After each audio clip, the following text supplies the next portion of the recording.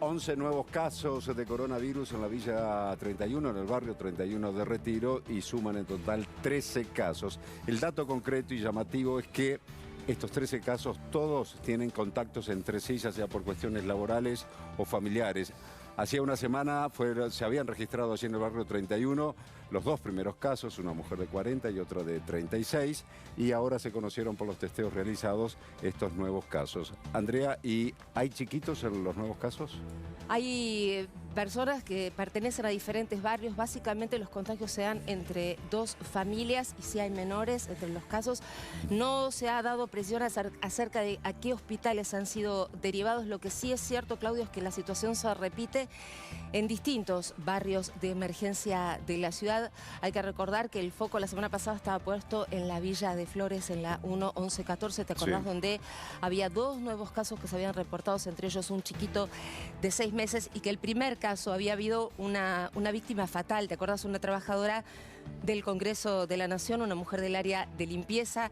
También se reportaron casos en la Villa 20 de Lugano, y hay todo un protocolo que se está estableciendo para los barrios de emergencia que tiene que ver con un triage físico, es decir, la gente que presenta síntomas, el primer puesto sanitario, por decirlo de alguna manera, donde se acerca es el CESAC, ese centro sanitario que está en los ingresos de las villas de emergencia. De ahí se la lleva a estas nuevas unidades que se han dispuesto en los hospitales porteños, que son estas UFU, estas unidades febriles de urgencia, y ahí una vez que se confirman los casos sí son derivados a distintos hospitales. En el caso del barrio 31 de Retiro sabemos que estos 11 nuevos casos fueron llevados a diferentes hospitales de la ciudad de Buenos Aires, pero la preocupación es mucha porque es muy difícil mantener lo que tiene que ver con aislamiento en estos barrios donde hay familias que viven realmente. Acá se establece para los barrios de emergencia de la ciudad de Buenos Aires, se establece el protocolo que donde se descubre un caso, el resto de ese grupo familiar que vivan en esa vivienda permanece aislado, y es más, hasta los asisten con comidas para que esas personas no tengan que salir a comprar ni siquiera dentro del barrio los alimentos, para tratar de evitar un mayor contagio. Sí, dos líneas de acción, una que tiene que ver con la entrega de comida y la otra que tiene que ver con la entrega de elementos de limpieza, algo que por estas horas es un tema en el barrio 31, precisamente por lo que vos anticipabas con la falta de agua desde el sábado. Bien, nos vamos con Dolores Cardoner, que está allí en el barrio 31 en Retiro. Dolores, buenas tardes. Imagínense la preocupación de los vecinos, buenas tardes.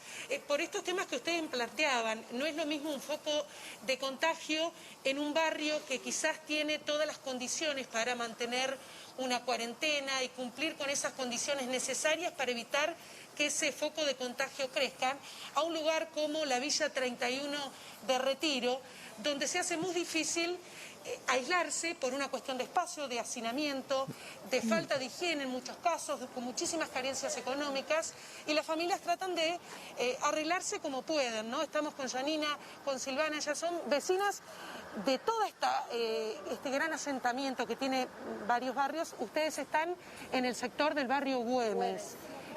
¿Cómo han vivido, cómo se enteraron el inicio de los contagios aquí en la villa? Bueno, nos enteramos por comunicados en los Facebook, en el grupo de WhatsApp, nunca un comunicado a nivel de estatal, digamos, a nivel de ciudad.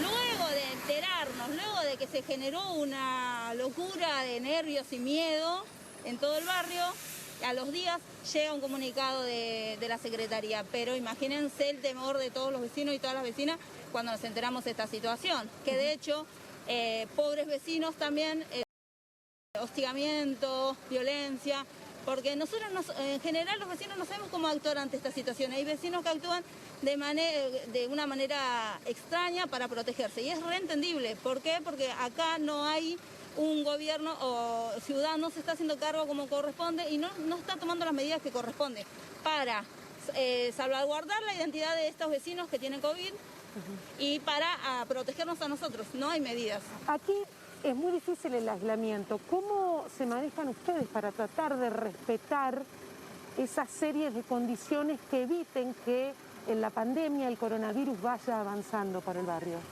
Bueno, sí, nosotros vivimos, por ser una villa, estamos hacinados, los vecinos vivimos todos encimados. El único lugar que tenemos espacio para transitar es ahí, es bajar abajo, porque yo vivo en un tercero, bajo abajo a comprar, tomo un ratito de aire y tengo que volver a mi casa. Y cada vez que vuelvo a mi casa me tengo que higienizar las manos. El problema se complica cuando no tenemos agua ni siquiera para higienizarse las manos. Eso es algo básico. Yo cuando vuelvo a mi casa me lavo las manos para no contagiar a mi familia. Si yo no tengo agua, no puedo ejercer el protocolo básico que es lavarse las manos.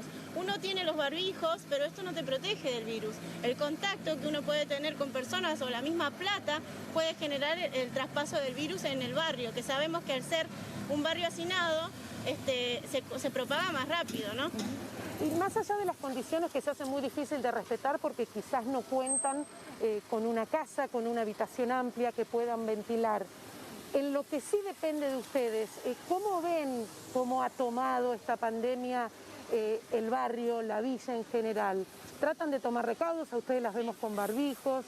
Sí. En términos generales, ¿cómo están viendo? Bueno, en ese general manejo? los vecinos y las vecinas son responsables, usan barbijo, por ejemplo, nosotros somos un barrio obrero, si no salimos a trabajar a la calle no conseguimos plata. Hoy en día muchos vecinos no tienen dinero y ¿qué hacen? Sus barbijos de tela, como por ejemplo este que yo me lo hice varios para mis compañeros, para mis vecinos, para mis familiares.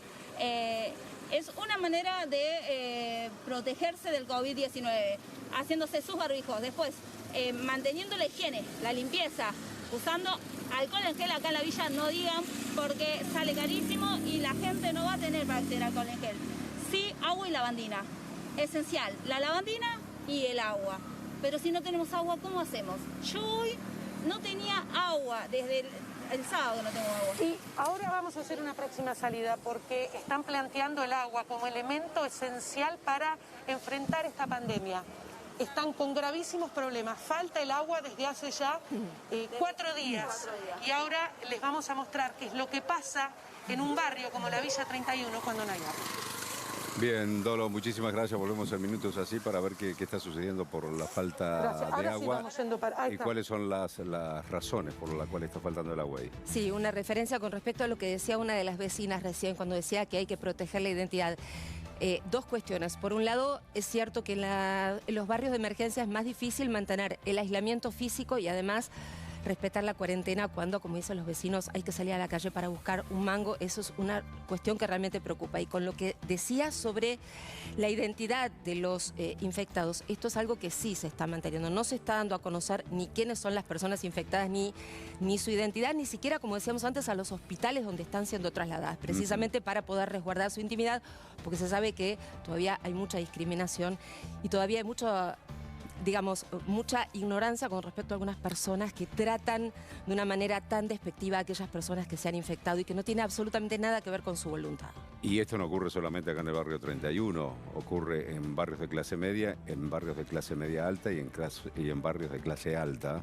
La discriminación cuando hay alguien contagiado, ha habido hasta amenazas de muerte, anónimos para que se vayan de esa casa, amenazas con matar a los hijos, amenazas con que le van a quemar la vivienda. O sea, ocurre en todos los estratos sociales. También esta pandemia expone la miseria que tiene el ser humano dentro. Y en consecuencia, así como las virtudes también saca su mayor expresión, también saca la peor expresión del ser humano, que son los casos de discriminación porque alguien se ha contagiado. Como si alguien buscara contagiarse es profeso, ¿no? Entre todas estas cuestiones que vos definís, Claudio, mucho más complicada la situación en el barrio 31, si tenemos que estar diciendo que una de las cuestiones básicas es la higiene y falta de agua. Así que en un ratito vamos a estar allí en el barrio 31 con este tema. Muy bien, gracias.